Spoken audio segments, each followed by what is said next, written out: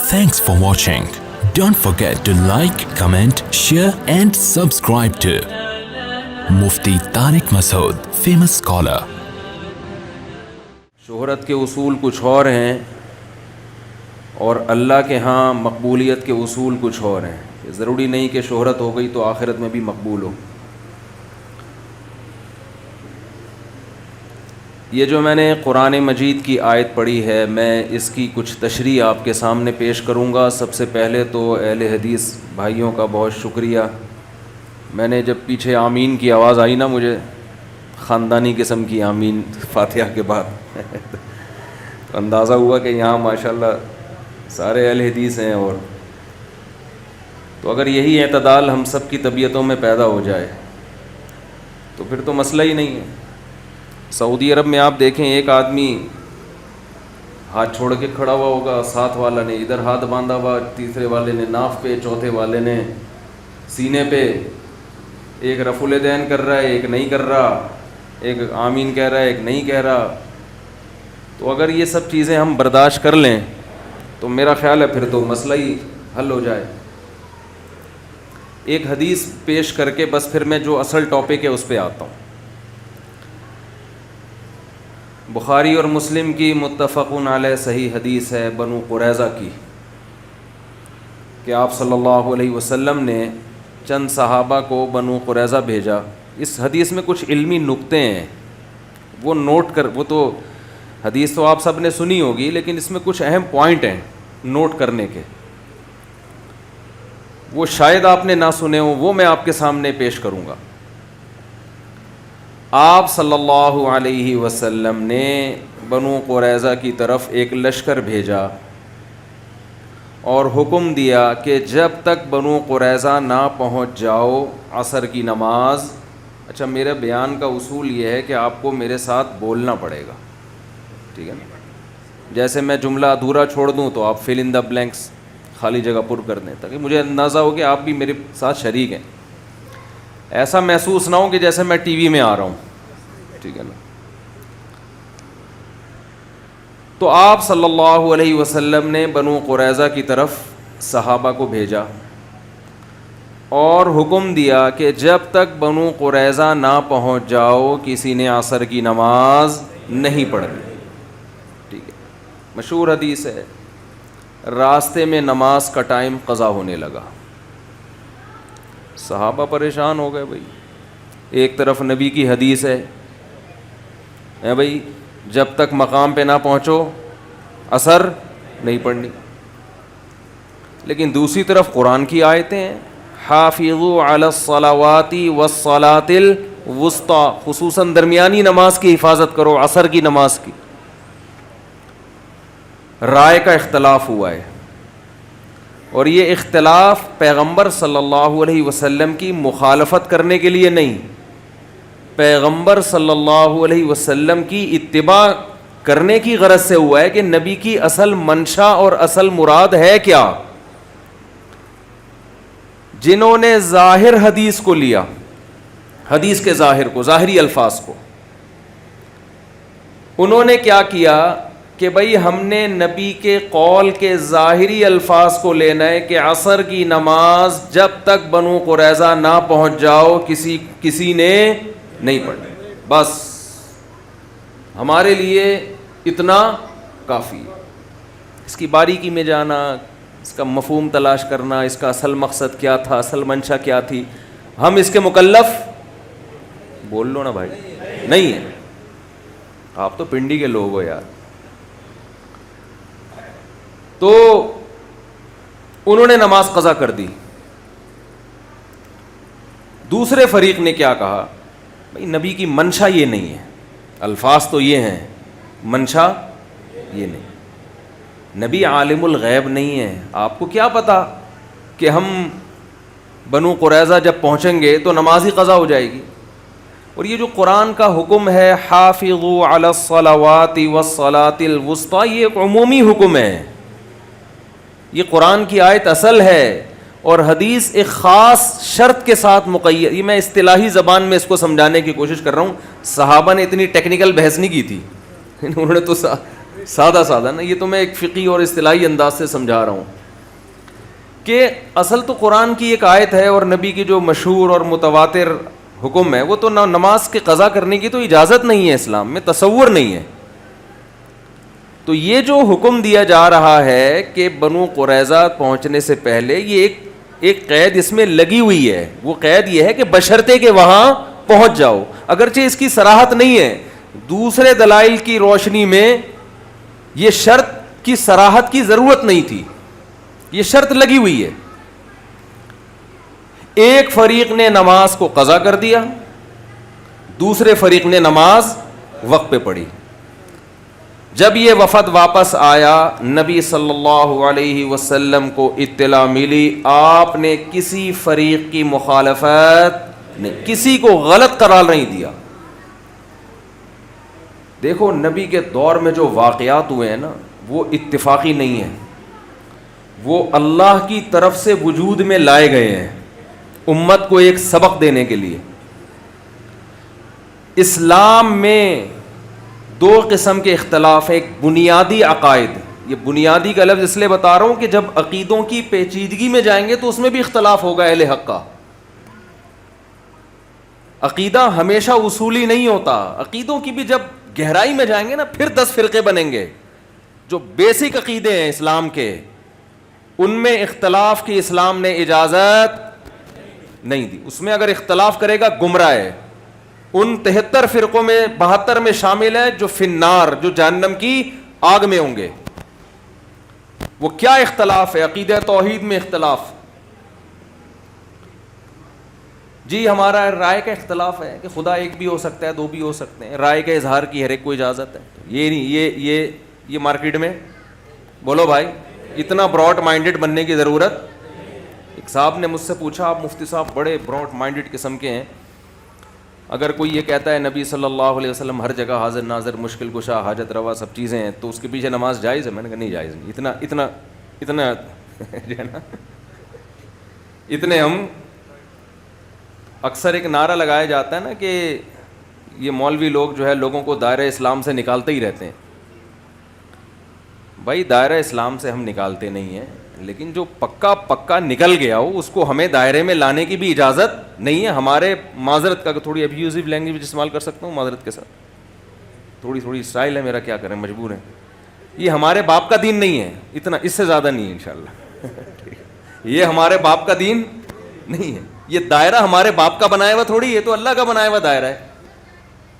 ہم کوشش تو یہی کرتے ہیں بھائی, کفر کا فتویٰ حتی الامکان جب تک کوئی صحیح تعویل ہو سکتی ہے کسی پہ کفر کا فتویٰ نہ لگایا جائے, لیکن اس کی بھی ایک حد ہوتی ہے.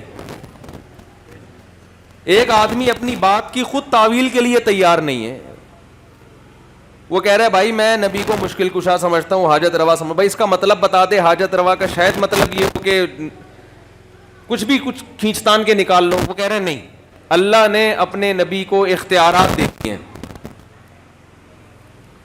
کہ وہ جب چاہیں جس کی چاہیں مدد کر سکتے ہیں. تو بھائی اب وہ تو خود اپنی بات کی تعویل نہیں کر رہا نا, تو ہم کیسے اس کی کھینچتان کے لے آئیں اس کو. عقیدہ توحید ہے, عقیدہ توحید میں سب سے پہلے دعا لغیر اللہ, یہ شرک کی سب سے اعلیٰ قسم ہے. دعا لغیر اللہ سب سے اعلیٰ قسم, کہ آپ کسی کو یہ سمجھ کے کہ اللہ نے اس کو ما فوق الاسباب اختیارات دے دیے ہیں, یہ سمجھ کے جب آپ کسی سے مانگتے ہیں تو یہ دعا ہے. یہ وہ پولیس والی ہیلپ لائن نہیں ہے کہ لوگ کہتے ہیں پولیس سے مدد مانگنا جب شرک نہیں ہے بھائی, تو بزرگوں سے مدد مانگنا کہاں سے شرک ہو گیا. بھائی پولیس کی مدد اسباب کے تحت ہوتی ہے. ابھی میں عقیدہ توحید بیان کرنے وہ تو پھر لمبا بیان ہو جائے گا پورا. پولیس کی مدد اسباب کے تحت ہوتی ہے, اور جو ان کو معبود سمجھ کے پکارا جاتا ہے ما فوق الاسباب, کہ اس کو کچھ ایسی اختیارات دے دیے کہ اس کو سبب کی ضرورت نہیں ہے, اس کو پولیس کی بھی ضرورت نہیں ہے ویسی مدد کرنے کا. تو عقیدہ توحید ہے, عقیدہ ختم نبوت ہے, عقیدہ رسالت ہے. آپ صلی اللہ علیہ وسلم اللہ کے نبی ہیں. جنت, جہنم, آخرت, ان چیزوں میں اختلاف رائے کی اجازت نہیں ہے. کوئی اختلاف رائے کرے گا تو ہم ماریں کوٹیں گے نہیں, دائرہ اسلام سے اس کو بہرحال کیا کریں گے؟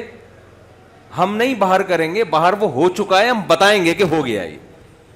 حضرت مفتی محمد شفیع صاحب سے ایک دفعہ کسی نے پوچھا کہ یہ مولوی لوگ دین کے ٹھیکیدار کیوں بنے ہوئے ہیں؟ وہ دائرہ اسلام میں باہر ہے، وہ دائرہ اسلام کے اندر داخل ہے، وہ خارج ہے، یہ ٹھیکیدار کیوں بنے ہوئے ہیں؟ انہوں نے فرمایا ہم ٹھیکیدار نہیں، چوکیدار بہرحال ہیں، ڈنڈا لے کے بیٹھے ہوئے ہیں، غلط چیز کو اندر آنے نہیں دیں گے. ہم ٹھیکیدار نہیں ہیں، ہم کیا ہیں؟ دین کے چوکیدار بہرحال ہیں. اسلام کا ایک باؤنڈری ہے، اس باؤنڈری کے سے آپ کو نکلنے کی اجازت نہیں ہے. تو بیسک عقیدہ توحید ہے، عقیدہ رسالت ہے، عقیدہ تقدیر ہے. ان میں اسی طرح اہل سنت والجماعت کا متفقون علیہ عقیدہ ہے صحابۃ کلہم عدول، سارے صحابہ کیا ہیں؟ عادل ہیں. حضرت معاویہ رضی اللہ تعالی عنہ سے مروی حدیثیں بخاری میں بھی ہیں، مسلم میں بھی ہیں. کوئی ایک محدث ایسا نہیں ہے جس نے حضرت معاویہ کی حدیث کو معاویہ ہونے کی وجہ سے چھوڑا ہو، کوئی ایک محدث ایسا نہیں ہے. آپ جو ان پر الزامات لگاتے ہو، انہوں نے حضرت علی کو برسر ممبر معاذ اللہ نقل کفر گالیاں دلوائیں، جو جھوٹے الزامات، گالیاں دینے کی ترغیب دیا کرتے تھے. بتاؤ داماد رسول کو جو گالیاں دینے کی ترغیب دیتا اور برسر ممبر گالیاں دیتا وہ عادل ہو سکتا ہے؟ عادل کا مطلب ثقہ، نیک. تو یہ عجیب دوغلی معاذ اللہ نقل کفر دوغلی پالیسی ہے کہ محدثین عادل بھی کہہ رہے ہیں اور یہ بھی مان رہے ہیں کہ معاذ اللہ گالیاں دیا کرتے تھے. تو یا تو میرے بھائی گالیاں نہیں دیتے تھے، یا آپ نے یہ اردو کے میں خود سے ایک ترجمہ کشیدہ ہوا ہے اور خود سے حضرت معاویہ پہ آپ نے ایک الزام تھوپا ہوا ہے. ابھی میرا یہ ٹاپک نہیں، میں چاہ رہا ہوں جو بات میں کہنا چاہ رہا ہوں جلدی سے ہو جائے. میرے اندر بڑے فالٹ یہ ہے کہ میں جب چلتا ہوں نا کسی اسٹیشن کی طرف تو راستے میں قیام تام میں بہت ٹائم ہمارا گزر جاتا ہے.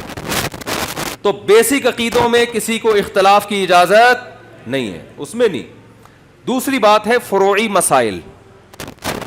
اب مجھے ایک بات بتاؤ کہ فروعی مسئلے میں اسلام میں جو عملی مسائل ہیں ان میں سب سے زیادہ، یعنی توحید کے بعد سب سے اہم حکم نماز کا ہے یا نہیں ہے؟ بولتے کیوں نہیں بھائی، کیا ہو؟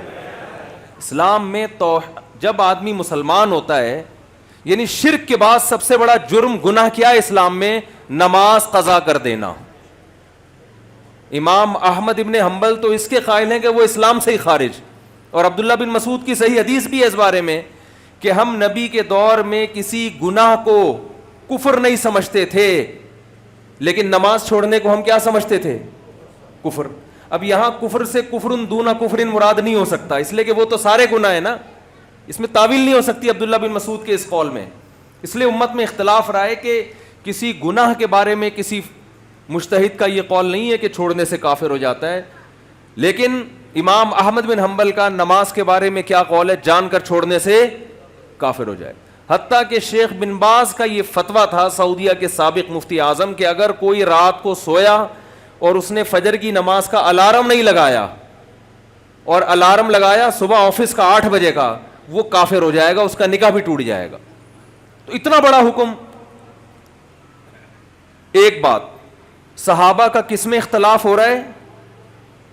یہ جو بنو قریظہ والی حدیث میں، روزے میں ہو رہا ہے، زکوٰۃ میں ہو رہا ہے، کس میں ہو رہا ہے؟ نماز میں. اس سے بڑے اختلاف کی مثال مل نہیں سکتی.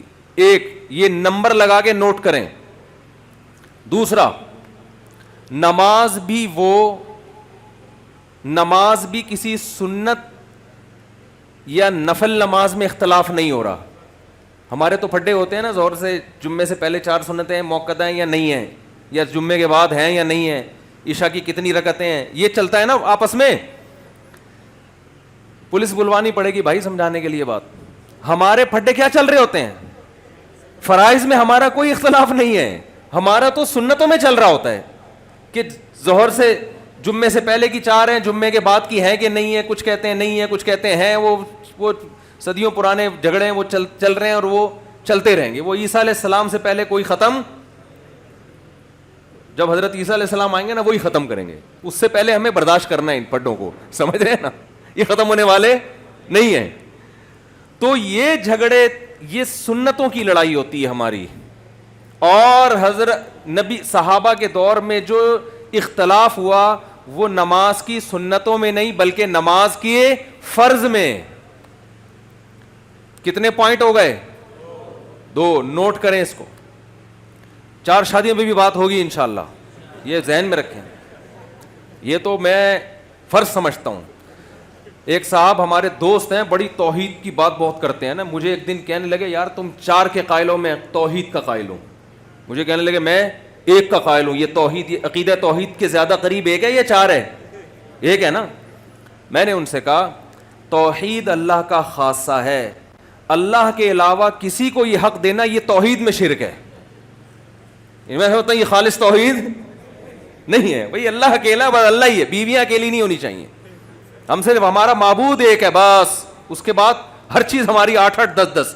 باپ بھی ایک ہوتا ہے, ماں بھی ایک ہوتی ہے, بیویاں, دوست, ماتحت, یہ ہول. باپ بھی ایک ہوتا ہے, ماں بھی ایک ہوتی ہے, بیویاں, دوست, ماتحت, یہ ہول سیل کے حساب سے ہونے چاہیے.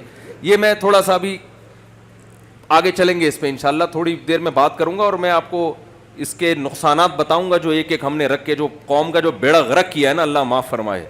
جو عورتوں کا جو بیڑا غرق ہو رہا ہے وہ خون کے آنسو رونے کا دل چاہتا ہے وہ حالات دیکھ کے. خیر, تو عقیدہ توحید, ہاں صحابہ 2 پوائنٹ ہو گئے. ایک, اختلاف نماز میں ہو رہا ہے جو توحید کے بعد سب, کیونکہ توحید میں تو ہو نہیں سکتا تھا نا, وہ تو پھر اسلام سے خارج ہو جاتے. اختلاف کس میں ہو رہا ہے؟ نماز. نمبر 2, سنتوں میں, نوافل میں نہیں بلکہ فرض میں. تیسری بات, اختلاف اس نماز میں ہو رہا ہے جس کی اہمیت سب سے زیادہ. 5 نمازوں میں قرآن کہتا ہے الصلاۃ الوسطیٰ, سب سے امپورٹنٹ کون سی ہے؟ عصر کی نماز, اس کی حفاظت کرو. اس میں اختلاف ہو رہا ہے. اختلاف کی نوعیت کم ہو رہی ہے, بڑھ رہی ہے؟ بڑھ گئی. چوتھی بات, اس کی رکعتوں میں اختلاف نہیں ہو رہا کہ اس دفعہ عصر ہم نے 4 پڑھنی ہے کہ 2 پڑھنی ہے, بلکہ اختلاف اس میں ہو رہا ہے کہ پڑھنی بھی ہے کہ نہیں پڑھنی.